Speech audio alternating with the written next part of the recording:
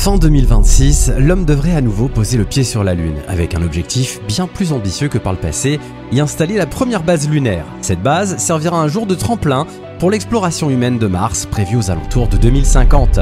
Mais en 1990, lorsque Total Recall sort au cinéma, Mars appartient encore au domaine du rêve. À cette époque, aucun robot n'a encore parcouru sa surface. Aucun cliché détaillé ne nous est parvenu, et son exploration reste purement spéculative.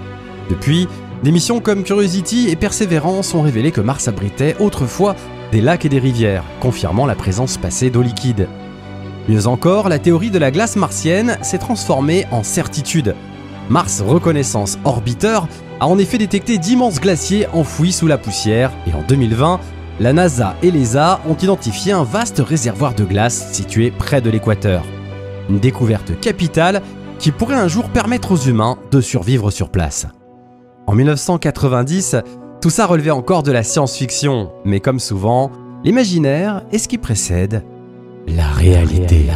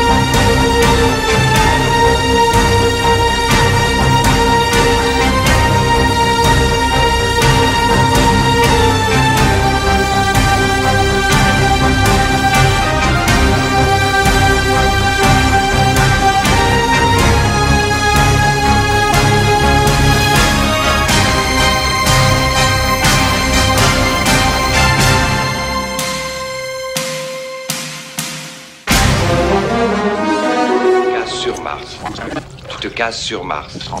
Tu te casses sur Mars. Tu te casses sur Mars. Bienvenue sur Clap Story. Cette semaine, je vous raconte l'histoire du film Total Recall, qui fait partie de mes films préférés. Un film réalisé par le néerlandais Paul Verhoeven. Preuve encore une fois qu'en Hollande, il n'y a pas que du gouda, des moulins et des putes. Il y a aussi des bons réalisateurs. Enfin, un en tout cas. Tout commence dans les années 70. Philippe K. Dick, écrivain visionnaire, publie en 1966 une nouvelle intitulée We Can Remember It for You Wholesale, ou Souvenir à vendre en français. L'histoire, un homme ordinaire rêve d'une vie extraordinaire et se rend dans une entreprise capable d'implanter de faux souvenirs. Sauf que ces souvenirs pourraient bien être réels. Le projet prend naissance en 1974 lorsque Ronald Shusett achète les droits de la nouvelle et commence à développer un scénario avec son ami Dan O'Bannon. Ces deux noms ne sont pas étrangers à la science-fiction puisqu'ils sont les célèbres scénaristes du premier film Alien réalisé par Ridley Scott. Bien que prometteur, leur scénario est jugé trop ambitieux et coûteux pour les technologies de l'époque. Et le projet va ainsi traîner sur les bureaux de plusieurs studios à Hollywood pendant 16 ans. Au milieu des années 80, le producteur italien Dino De Laurentiis acquiert les droits et envisage Richard Dreyfuss puis Patrick Swayze pour le rôle principal. En 1987, le film est sur le point d'être tourné en Australie avec Bruce Beresford comme réalisateur, mais cette version ne verra jamais le jour. David Cronenberg travaille ensuite sur le projet et réécrit plusieurs fois le scénario avec William Hurt en tête d'affiche. Il quitte finalement le film en raison de divergences artistiques alors qu'il souhaite réaliser un hommage à Philippe K. Dick, les producteurs préférant un film d'action. Certaines de ces idées seront toutefois conservées, notamment les mutants de Mars et le personnage de Kuato.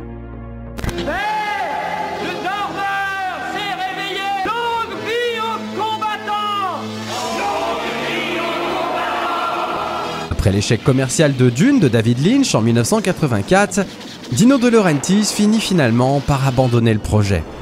C'est alors qu'un certain Arnold Schwarzenegger, intéressé depuis plusieurs années par cette adaptation, mais écarté du projet car personne ne l'imaginait incarner un tel rôle, saisit sa chance. Dans les années 80, Schwarzenegger est au sommet de sa carrière après Terminator et Predator.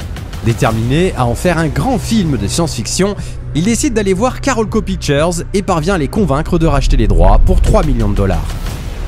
Il choisit lui-même Paul Verhoeven comme réalisateur, impressionné par son film Robocop, sorti en 1987.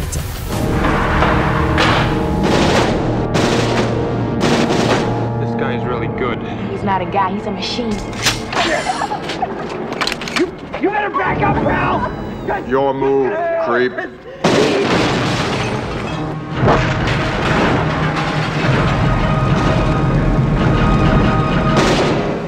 RoboCop, the future of law enforcement. Le réalisateur, séduit par le scénario, accepte de rejoindre le projet. Il y voit un film mêlant action, satire sociale et une bonne dose de psychologie. Un mélange parfait pour Total Recall. À cette époque, le film a déjà connu plus de 40 versions de scénario et 7 réalisateurs différents. Schwarzenegger fait donc appel au scénariste Gary Goldman pour finaliser l'histoire avec Ronald Shusett. Après 16 ans de développement, le film entre enfin en production en 1989, après avoir traversé de nombreux obstacles. Au casting, Paul Verhoeven confie le rôle de Richter, l'homme de main de Cohagen, à Michael Ironside, qu'il avait déjà envisagé pour Robocop. L'acteur réticent à jouer un autre psychopathe, après Extrême Préjudice en 1987, accepte finalement en voyant Richter comme un sociopathe ambitieux plutôt qu'un simple exécuteur. Malgré sa réputation d'acteur difficile, il doit auditionner pour décrocher le rôle. Son jeu intense impressionne Verhoeven, notamment lors d'une scène où il s'effondre en larmes. Schwarzenegger apprécie aussi sa présence physique, qui rend leur affrontement crédible à ses yeux. Rachel Ticotin et Sharon Stone sont elles choisies pour leur qualité athlétique, essentielle à ces rôles exigeants. Stone raconte avoir été traité comme un homme sur le tournage, sauf par Ironside qui l'aidait à se relever après les cascades. Mel Johnson Jr., qui incarne Benny, hésite d'abord à auditionner, après avoir lu une description caricaturale de son personnage. Mais en découvrant un rôle plus nuancé, il accepte finalement et décroche le poste. Ronny Cox, déjà le méchant principal de Robocop, mise sur son expérience d'acteur de personnage bienveillant pour donner plus de relief à Cohagen. Sa coiffure plaquée en arrière, adoptée après un moulage de son visage, lui paraît si convaincante qu'il persuade Verhoeven de retourner certaines scènes. Marshall Bell, choisi pour incarner George et Kuato, découvre tardivement leur lien. Initialement, un doubleur devait prêter sa voix à Kuato, mais Verhoeven préfère finalement utiliser celle de l'acteur. Enfin, Roy Brock-Smith, interprète du docteur Edgemar, est sélectionné pour son apparence naïve et étrange, inspirée du scientifique joué par Paul Newman dans Le Rideau déchiré sorti en 1966. Le tournage principal de Total Recall débute en avril-mai 1989 et s'étale sur 20 semaines. 2 semaines. Non, 20 semaines. Exploit rare à Hollywood, le film est tourné presque entièrement dans l'ordre chronologique, ce qui permet aux acteurs de mieux suivre l'évolution de leurs personnages. Initialement prévu avec un budget de 30 millions de dollars, le coût final s'envole finalement entre 48 et 80 millions, faisant de Total Recall l'un des films les plus chers de son époque. Le tournage se déroule principalement aux S-Studios Churubusco à Mexico, où 43 acteurs et jusqu'à 500 techniciens travaillent sur 45 décors répartis sur 10 plateaux. Pour les scènes de la gare terrestre, Verhoeven choisit la station Chabacano du métro de Mexico, dont l'architecture brute correspond parfaitement à l'esthétique futuriste du film. Les extérieurs martiens, eux, sont filmés dans le spectaculaire parc d'État de Valley of Fire dans le Nevada, un paysage aux roches rouges qui renforce l'illusion de la planète rouge. Sur le plateau, Verhoeven se montre perfectionniste, exigeant parfois jusqu'à 20 prises pour une seule scène, tout en restant fidèle au scénario. L'improvisation n'est d'ailleurs pas encouragée, bien que certaines séquences, comme la mort de Benny, aient dû être improvisées en raison d'un manque de détails dans le script. Shusett et Goldman restent présents tout au long du tournage pour apporter des ajustements, bien que Goldman estime que le scénario final a été modifié de moins d'1%. Pendant le tournage, l'équipe est rapidement frappée par de sévères intoxications alimentaires, tous, sauf Schwarzenegger et Ronald Shusett, qui avaient prévu le coup en faisant venir leur propre nourriture des États-Unis. L'acteur avait déjà connu ce genre de mésaventure lors du tournage de Predator, où toute l'équipe avait succombé à la tourista. Cette fois, ayant bien retenu la leçon, il a décidé de prendre ses précautions. Les blessures sont également nombreuses, Schwarzenegger se coupe d'ailleurs le poignet en brisant une vitre de train après l'échec d'un effet spécial censé fragiliser le verre. Michael Ironside, lui, se fracture le sternum et 2 côtes lors d'une scène d'action avec Michael Champion, ce qui suspend le tournage pendant plusieurs semaines. Pour prouver qu'il est apte à reprendre le chemin des plateaux, il est contraint de prouver sa forme physique en réalisant 50 pompes, avant de se blesser à nouveau après 30 répétitions. Malgré la rudesse du tournage, l'ambiance reste détendue grâce à Schwarzenegger, qui multiplie les blagues, bataille de boules de neige en police sirène, pistolet à eau, et fait improviser pour remonter le moral des équipes. En coulisses, et comme à son habitude, il se montre bienveillant. Michael Ironside révélera plus tard qu'Arnold l'a aidé à contacter sa sœur gravement malade en lui prêtant son téléphone satellite personnel, à une époque où les communications à l'étranger étaient difficiles et les portables bien loin de voir le jour. Côté post-production, le montage est précipité pour avancer la sortie de 2 semaines. 2 semaines. Oui, cette fois 2 semaines, et éviter la concurrence avec la sortie de Dick Tracy. L'absence de projection test empêche d'affiner certains aspects du film, notamment son 3e acte, ce que Verhoeven et Goldman regretteront plus tard. Pour éviter une classification X, synonyme d'interdiction aux mineurs de moins de 17 ans, plusieurs scènes sont adoucies, notamment celle de la mort de Benny. Si Total Recall reste un film culte aujourd'hui, c'est en grande partie grâce à ses effets spéciaux révolutionnaires. À une époque où l'imagerie numérique balbutiait encore, Paul Verhoeven et son équipe ont misé sur un mélange ambitieux d'effets pratiques, d'animatroniques et de miniatures pour donner vie à l'univers futuriste du film. C'est Dreamcast Images qui a supervisé les effets visuels, avec Eric Breving à leur tête. On retrouve aussi Alex Funk en tant que photographe des effets spéciaux et Thomas L. Fisher à la supervision des effets mécaniques. L'un des artisans majeurs du projet, c'est quelqu'un qu'on connaît bien, Rob Bottin, le génie derrière les maquillages et les créatures de The Thing ou encore de Robocop, qui revient ici pour concevoir des mutants saisissants et des transformations impressionnantes. Quant au décor et au design visuel du film, il porte la patte de Ron Cobb, qui avait travaillé sur les vaisseaux du film Alien, et de l'illustrateur Ron Miller, qui ont imaginé les véhicules, les architectures martiennes et la technologie du film. Avec plus de 100 effets visuels, Total Recall est un film charnière à la croisée du numérique et du pratique. L'imagerie de synthèse n'en était qu'à ses débuts et n'a été utilisée que pour une seule séquence emblématique, celle du scanner à rayon X. Pour le reste, Verhoeven a privilégié les effets pratiques impressionnants, comme les prothèses utilisées pour les mutants, les animatroniques du chauffeur de taxi Johnny Cab, ou encore la fameuse scène du déguisement de la grosse dame. Les 35 décors construits sur les 8 plateaux étaient si vastes qu'ils étaient reliés par des tunnels permettant aux équipes de circuler sans interrompre le tournage. Pour représenter les paysages martiens, Total Recall a eu recours à des miniatures d'une taille impressionnante. C'est Stetson Visual Service, dirigé par Mark Stetson et Robert Spurlock, qui ont fabriqué ces maquettes gigantesques, dont celle du réacteur extraterrestre. L'un des décors miniatures les plus complexes jamais construits pour un film. Il devait être bâti à la verticale pour tenir dans les studios de DreamQuest, mais rester limité par des plafonds de seulement 7,5 mètres. Autre prouesse technique, la montagne martienne, utilisée pour les scènes finales du film. Cette maquette mesurait 4,3 mètres de haut pour 4,3 de large, mais seule la face avant était construite, permettant aux techniciens d'accéder facilement au mécanisme des effets spéciaux situés à l'arrière. Grâce à ce savant mélange d'effets mécaniques, de miniatures détaillées et d'une toute première incursion de la CGI, Total Recall offre un spectacle visuel qui, plus de 30 ans après, reste encore franchement bluffant. C'est cette approche hybride, mêlant innovation et artisanat, qui confère au film son esthétique unique et intemporelle. Présenté comme l'un des films les plus attendus de l'année 1990, avec un budget estimé de 65 millions de dollars, Total Recall a récolté plus de 261 millions de dollars au box-office mondial, devenant le 5e plus gros succès de 1990. Cependant, l'accueil critique fut très mitigé à l'époque. Si les thèmes de l'identité et de la perception de la réalité furent salués, la violence et la vulgarité de certaines scènes ont divisé. Certains ont adoré le côté bourrin et intelligent à la fois, avec un Schwarzy en pleine forme, et d'autres ont trouvé le film trop violent et trop confus dans son intrigue. Mais avec le temps, Total Recall est devenu un vrai classique de la science-fiction, notamment grâce à ses effets spéciaux révolutionnaires, qui lui ont d'ailleurs valu de remporter l'Oscar des meilleurs effets visuels. La musique de Jerry Goldsmith est également réputée comme l'une de ses meilleures compositions.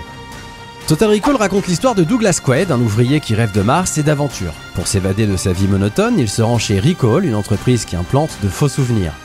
Mais l'implantation tourne mal, et Quaid découvre qu'il pourrait bien être un agent secret qui a déjà vécu tout ça, et que son identité a été effacée.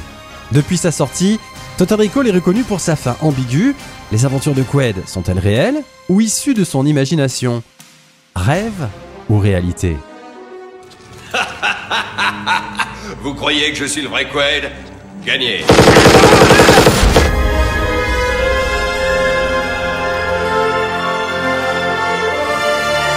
L'ambiguïté démarre dès la scène d'intro avec Sharon Stone et Schwarzenegger lorsqu'il lui dit qu'il rêve d'une femme brune toutes les nuits dans ses rêves.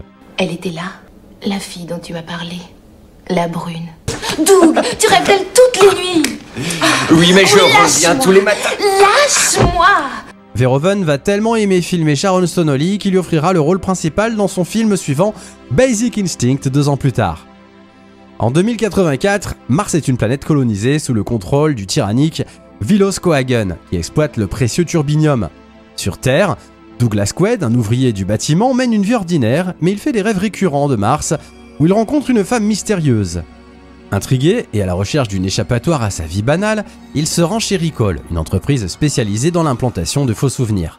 Il choisit un souvenir où il devient un agent secret sur Mars, avec la promesse d'une vie excitante sous un ciel bleu martien. Si je peux vous donner un conseil, partez en vacances loin de vous. C'est combien, agent secret? Vous êtes un espion de premier plan opérant avec une couverture en béton. C'est votre mission la plus importante. Mais vous pouvez être sûr qu'avant la fin du voyage, vous emballez la fille, vous tuez les méchants et vous sauvez toute la planète. Mais lors de l'implantation, quelque chose tourne mal. Quaid perd le contrôle et se met à croire qu'il est déjà un agent secret. C'est pas mon nom, Quaid! L'équipe de Recall tente alors de le calmer, mais les souvenirs refoulés de Quaid refont surface. Et il se met à s'agiter dans tous les sens, devenant totalement incontrôlable. Craignant des complications et une mauvaise publicité, l'équipe efface rapidement toutes les traces de son passage et le renvoie chez lui à bord d'un taxi Vision. Mais à peine rentré, Quaid est attaqué par des hommes de main dirigés par son collègue Harry. Son instinct prend alors le dessus et il tue ses agresseurs dans une explosion de violence. Il retourne chez lui pour découvrir que sa femme Laurie est en réalité un agent double, avec une fausse identité implantée par l'agence pour surveiller Quaid. Elle lui révèle que toute sa vie, y compris leur mariage, n'était qu'une fabrication, avant de tenter de le tuer. Il y a eu de bons moments. Content de t'avoir connu. Quaid s'enfuit, poursuivi par Laurie et Richter, l'homme de main de Cohagen, et véritable mari de Laurie. Dans sa fuite, un homme mystérieux le contacte et lui remet une valise contenant des instructions et un enregistrement vidéo. Alors, cher monsieur, je ne sais pas qui, attends-toi à une super surprise. Tu n'es pas toi, tu es moi. Sans blague. Dans cette vidéo, Quaid découvre qu'il était autrefois Hauser, un allié de Cohagen, qu'il a trahi après être tombé amoureux. Cohagen l'a forcé à subir un lavage de cerveau pour effacer ses souvenirs et le mettre sous couverture sur Terre.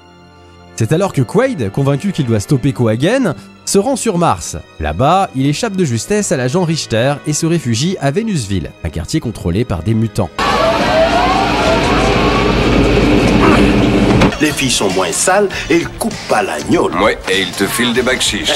J'ai 5 enfants à nourrir. Emmène-les chez le dentiste.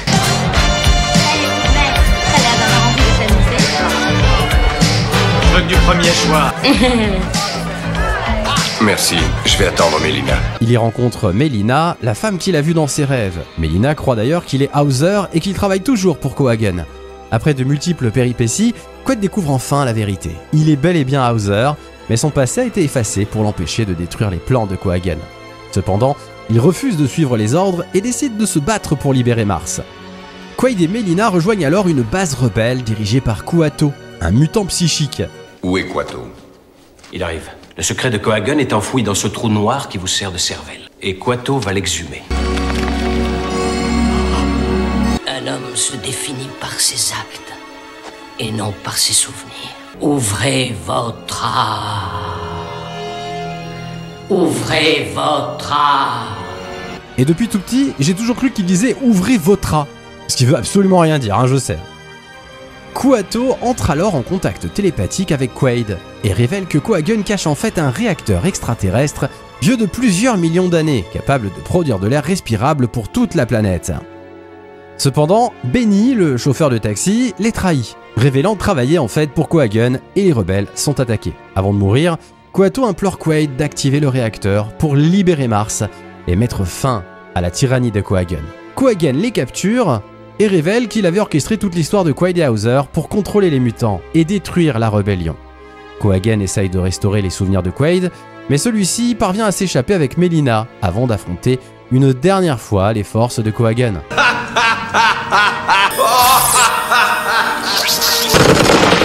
Il a un hologramme!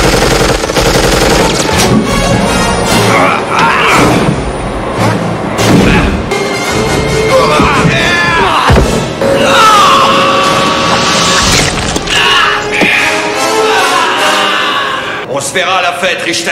Quaid et Mélina, après avoir échappé à l'attaque, pénètrent dans les mines souterraines où se trouve le réacteur. Dans un dernier acte héroïque, Quaid et Mélina, rejoints comme par magie par Cohagen, activent alors le module martien qui provoque une énorme explosion, détruisant Cohagen au passage. Et la surface de Mars est-elle terraformée, le réacteur activant une sorte d'atmosphère respirable, transformant Mars en un environnement habitable. Quaid et Melina, après avoir failli mourir, se retrouvent finalement à contempler le ciel bleu de Mars, respirant enfin l'air pur. Mais Quaid se demande à cet instant si toute cette aventure n'était finalement qu'un rêve, avant de se tourner vers Melina et de l'embrasser, juste au cas où. Alors dans ce cas, embrasse-moi vite avant de te réveiller.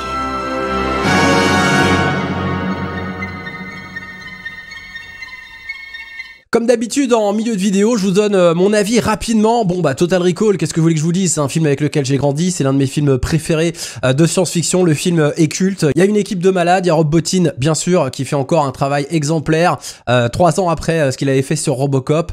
Ça fait partie des meilleurs maquillages qu'on a jamais vus, des meilleurs effets pratiques qu'on a jamais vus de toute l'histoire du cinéma.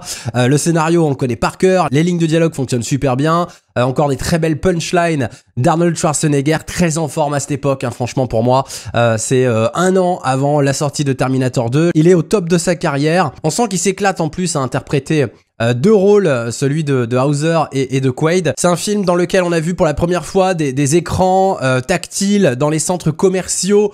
L'écran tactile du début du film, moi il me fait halluciner, j'y pense à chaque fois que je vais dans un centre commercial. Je pense toujours à Total Recall parce que c'est la première fois où on avait vu ça en fait. Et c'est arrivé très tard d'ailleurs. Les taxis autonomes également, bah, ça nous fait forcément penser aux véhicules autonomes. On est quand même en 1990. Ils avaient déjà commencé à imaginer ça. Et c'est un film qui n'est pas si futuriste que ça quand on le voit aujourd'hui. Bon, sauf peut-être pour le coup des ongles là qui changent de couleur, ça on a encore jamais vu ça. En 1990 on imaginait les téléphones déjà comme des visiophones. Sharon Stone bien sûr, bah, elle a jamais été aussi belle pour moi que dans ce film, c'est son premier grand rôle au cinéma. Elle est tellement magnifique que forcément elle va exploser quelques années plus tard, toujours sous la caméra de Paul Verhoeven dans Basic Instinct. Et Sharon Stone justement qui joue au tennis avec son hologramme, moi ça me fait penser à certaines applications sur les casques VR, puisqu'aujourd'hui on peut faire du sport à la maison grâce à la VR avec des coachs virtuels qui nous apprennent à faire des mouvements. Et franchement on est en 1990 à l'époque et c'est ce qu'on vit aujourd'hui avec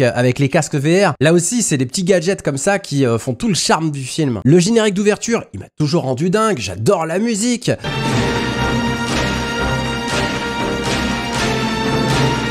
Elle est parfaite. Le scénario est signé Ronald Shusett, qui a également d'ailleurs bossé à la production du film Minority Report.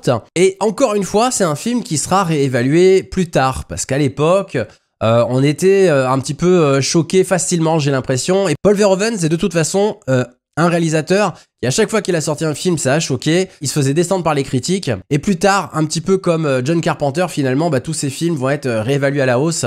Et en 1990, Total Recall, c'était une claque monumentale. La VF est parfaite, tout le monde est à sa place. Les musiques, les ambiances, le sound design, les effets visuels, c'est une vraie tuerie. Et fais attention, c'est ma tête aussi. Maintenant, ce qui m'intéresse, c'est toujours les questions posées par les films sur cette chaîne. Et en l'occurrence, ce qui m'intéresse, c'est bien sûr la fameuse question qui alimente toutes les discussions. Depuis la sortie du film en 1990, Doug Quaid est-il en train de rêver? Ou alors vit-il vraiment son aventure? C'est un mystère que je vous propose de tenter de percer maintenant.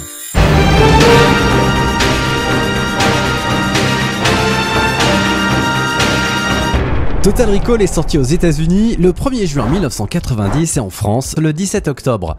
Et depuis, Total Recall alimente un des plus grands débats du cinéma de science-fiction.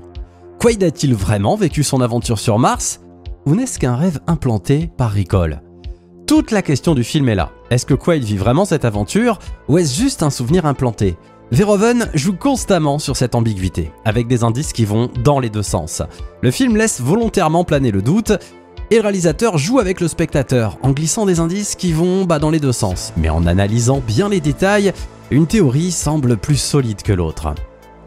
Voyons d'abord les arguments en faveur du rêve. Quand Quaid choisit son aventure, Recall lui vend un scénario sur mesure. Il sera un agent secret, il devra sauver Mars et il sera aux côtés d'une femme exotique. La scène où tout bascule est évidemment chez Recall, juste avant l'implantation. Un des techniciens panique et lâche. Il n'a pas arrêté de ressasser des trucs sur Mars. Il est déjà allé là-bas, c'est sûr. Il joue son rôle d'agent secret, ça fait partie de sa croisière égo. J'ai bien peur que ce soit impossible. Et pourquoi? Parce que l'implantation n'est pas encore faite. Et on peut interpréter ça de deux façons. Soit ils ont réveillé une mémoire effacée, Soit, et c'est plus logique, le rêve a simplement commencé. Ce moment marque le début de l'illusion. Tout ce que Quaid vit ensuite correspond exactement à ce que Recall lui a promis. Si c'était réel, il y aurait forcément des imprévus ou des écarts au scénario. Si son aventure était réelle, pourquoi collerait-elle mot pour mot au scénario qu'il a acheté? Avant l'implant, le technicien décrit exactement ce qui va arriver. Vous êtes un espion de premier plan opérant avec une couverture en béton. C'est votre mission la plus importante. On vous tire dessus de partout. Vous tombez sur une magnifique créature exotique. Mais vous pouvez être sûr qu'avant la fin du voyage, vous emballez la fille, vous tuez les méchants et vous sauvez toute la planète. Une mission sur Mars, un complot, une femme fatale. Comme si l'histoire entière était programmée. L'idée que Quaid pense vivre une aventure réelle serait donc une illusion créée par la machine et non une réalité extérieure. Tout au long du film, Quaid est confronté à des doutes sur la réalité, comme les changements d'identité, les personnages qui ne semblent pas ce qu'ils semblent être, et des éléments qui lui rappellent ses souvenirs effacés. Dès que Quaid quitte Recall, tout devient étrangement trop aligné avec son fantasme. Une réalité trop parfaite pour être vraie. Son collègue Harry qui tente immédiatement de le tuer pile après l'implant, sa femme qui se révèle être une espionne et une combattante d'élite alors qu'avant elle était juste une femme au foyer, ses ennemis qui sont parfaitement définis, et il devient en quelques heures un héros sur Mars, avec une base secrète et un destin grandiose. Il y a aussi le docteur dans l'hôtel, à un moment, un homme prétend que Quaid est en plein délire et qu'il doit se réveiller. Il dit que si Quaid refuse, il finira par être effacé, ce qui pourrait expliquer la fin. Et le nom de ce docteur, on l'aperçoit au tout début du film, lorsque Quaid cherche Recall sur l'écran de contrôle du centre commercial. Tout ça ressemble trop à un scénario hollywoodien parfait, parce que c'en est un en fait. Tout est trop adapté à son scénario et à ses attentes, exactement comme si le programme Recall avait prédit chacun de ses mouvements. Le film se termine sur une note ambiguë, avec Quaid se demandant s'il est toujours dans le rêve. Le dernier plan, qui montre un léger sourire sur son visage, peut suggérer qu'il sait désormais que tout était un rêve, ou qu'il choisit d'accepter la réalité de ce rêve. Il est ainsi enfermé dans un cycle perpétuel, entre illusion et réalité, une situation où la vérité devient floue. La dernière image du film, l'écran blanc, est également très suspecte. À la toute fin, l'écran devient blanc, un effet qui rappelle le lobotomisage dont parlait le technicien si l'implant tournait mal. Mais pourquoi Verhoeven aurait-il choisi ce plan, alors qu'un simple fondu au noir aurait suffi? Parce que ce blanc rappelle ce que le technicien de Recall annonçait au tout début. Et c'est quoi le forfait 2 semaines? D'abord, laissez-moi vous dire une chose, chez Recall, c'est du souvenir premier choix qu'on vous propose. Le Mont Pyramide, le Grand Canal, et bien entendu, Vénusville. Votre cerveau ne fera aucune différence, c'est garanti, vous êtes remboursé. Et le mec que vous avez lobotomisé, il a été remboursé? Maintenant, nous faisons les objets stellaires. C'est fou ça. Oui, ce que vous voyez là date d'1 million d'années. Quelques arguments tout de même penchent en faveur de la réalité, puisque le rêve commence bien avant l'arrivée chez Recall. Quaid fait déjà des cauchemars sur Mars avant d'aller chez Recall, ce qui suggère que ses souvenirs sont peut-être réels. Il y a également le méchant qui reconnaît immédiatement Quaid, Cohagen et Richter parlent de lui comme d'un agent rebelle, ce qui semble indiquer qu'il a vraiment une histoire cachée. Et puis le mythe du héros, comme dans beaucoup de films de Verhoeven, le personnage principal finit par embrasser sa véritable identité, comme Murphy par exemple dans Robocop, ce qui suggère que Quaid a vraiment été Hauser et qu'il a récupéré sa mémoire. En vérité, le film ne donne jamais de réponse définitive, et c'est là toute sa force, chacun peut l'interpréter à sa manière. Verhoeven lui-même a confirmé qu'il voulait maintenir le doute, mais pourtant il y a plus d'arguments qui penchent dans le sens du rêve. Tout indique que Quaid ne quitte jamais la chaise de Recall. Son aventure sur Mars, ses retrouvailles avec Melina et même sa lutte contre les forces ennemies ne sont que des éléments de son propre esprit en train de se jouer à travers le rêve implanté.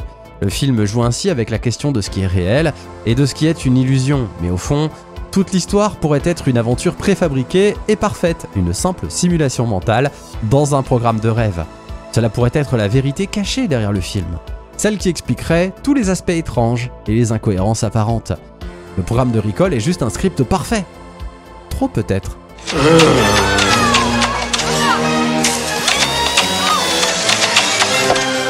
Attrape! Tu es prêt pour la surprise?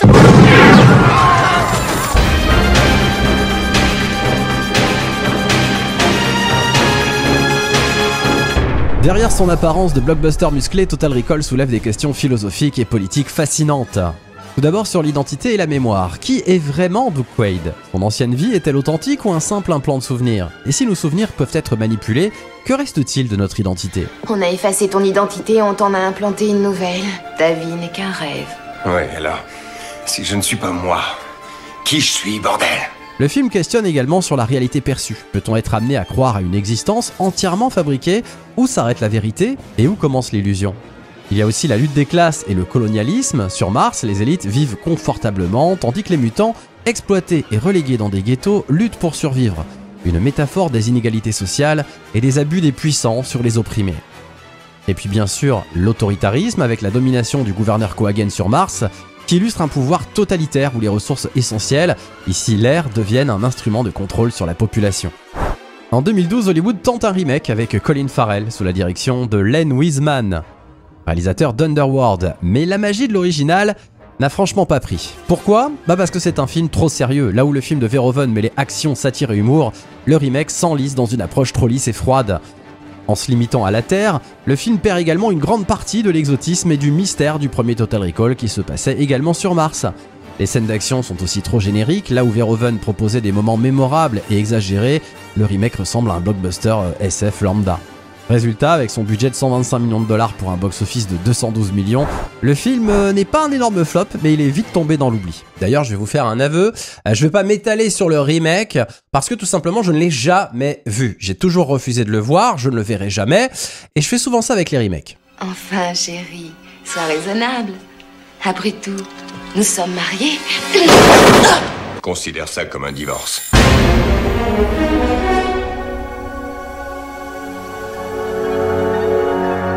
Aujourd'hui encore, Total Recall reste un film culte. Il mélange action, science-fiction et réflexion avec un Schwarzenegger iconique et un univers visuel très marquant. Total Recall a laissé une empreinte durable dans le cinéma et la pop culture. Il est souvent cité comme l'un des meilleurs films de SF des années 90. Son traitement de la mémoire et de la réalité a inspiré des œuvres comme Inception de Christopher Nolan. Son esthétique cyberpunk et ses effets spéciaux pratiques restent une référence pour de nombreux films du genre. Le remake a prouvé que le film de 1990 avait une personnalité unique, impossible à recréer avec juste des effets numériques et un ton plus sérieux. Excusez-moi madame, mais j'en ai besoin! Va te faire foutre, sale con! Il a aussi son lot de scènes cultes, comme celle de la femme à 3 seins, une image iconique qui a marqué la pop culture. Je me mords les doigts de pas avoir 3 mains. Et je trouve que tu t'en sors déjà pas mal avec 2. La scène de fin où Quaid utilise un hologramme pour tromper ses adversaires, une prouesse technique pour l'époque, et le masque de la femme qui s'ouvre, un des effets spéciaux les plus bluffants du film, utilisant une animatronique pour un résultat spectaculaire. Et si Total Recall reste un chef-d'œuvre, c'est parce qu'il joue avec nous, comme Recall joue avec Quaid, en nous faisant croire à une aventure lorsque tout était écrit d'avance. Le film laisse planer le doute. Quaid a-t-il réellement vécu son aventure, ou est-il resté coincé chez Recall? Mais au fond, ce n'est peut-être pas la vraie question. Car que ce soit un rêve ou une réalité, ce qui compte, c'est ce qu'il ressent. Et c'est exactement ce que fait le cinéma. Nous plonger dans des mondes fictifs, nous faire vivre des émotions intenses, tout en restant assis dans une salle ou sur un canapé. Aujourd'hui, nous sommes plus proches que jamais d'envoyer des humains sur Mars. Peut-être que certains des astronautes qui fouleront un jour son sol auront d'ailleurs grandi en regardant Total Recall, fascinés par l'idée d'une planète rouge à explorer. Finalement, peu importe si Quaid a rêvé son voyage ou s'il l'a réellement vécu. Parce que ce sont les rêves qui nous poussent à avancer et qu'un jour, la fiction deviendra réalité.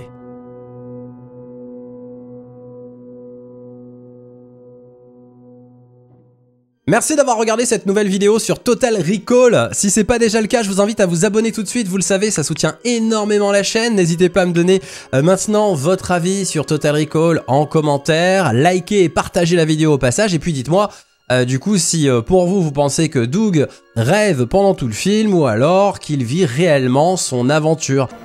Belle connerie. Évidemment, le débat reste ouvert et c'est là où ce film est toujours intéressant, même plus de 30 ans après sa sortie, et ça sera encore le cas dans 10 ans. Si vous le souhaitez, vous pouvez retrouver toutes les histoires des films dont on parle sur la chaîne en podcast. Ça peut être sympa pour ceux qui vont au boulot ou qui veulent simplement écouter les vidéos le soir. Ce qui est plutôt bien, c'est que c'est sans pub, c'est totalement gratuit. Vous retrouvez le podcast Clap Story sur toutes les plateformes, donc n'hésitez pas à m'y rejoindre. Et puis vous avez tous mes réseaux comme d'habitude en description, notamment Instagram. Et comme d'habitude, je remercie celles et ceux qui ont cliqué sur le bouton rejoindre. Vous avez désormais accès à des contenus en avant-première et des vidéos exclusives. En attendant, parce que derrière chaque film se cache une histoire à raconter, je vous dis à la semaine prochaine sur Clap Story.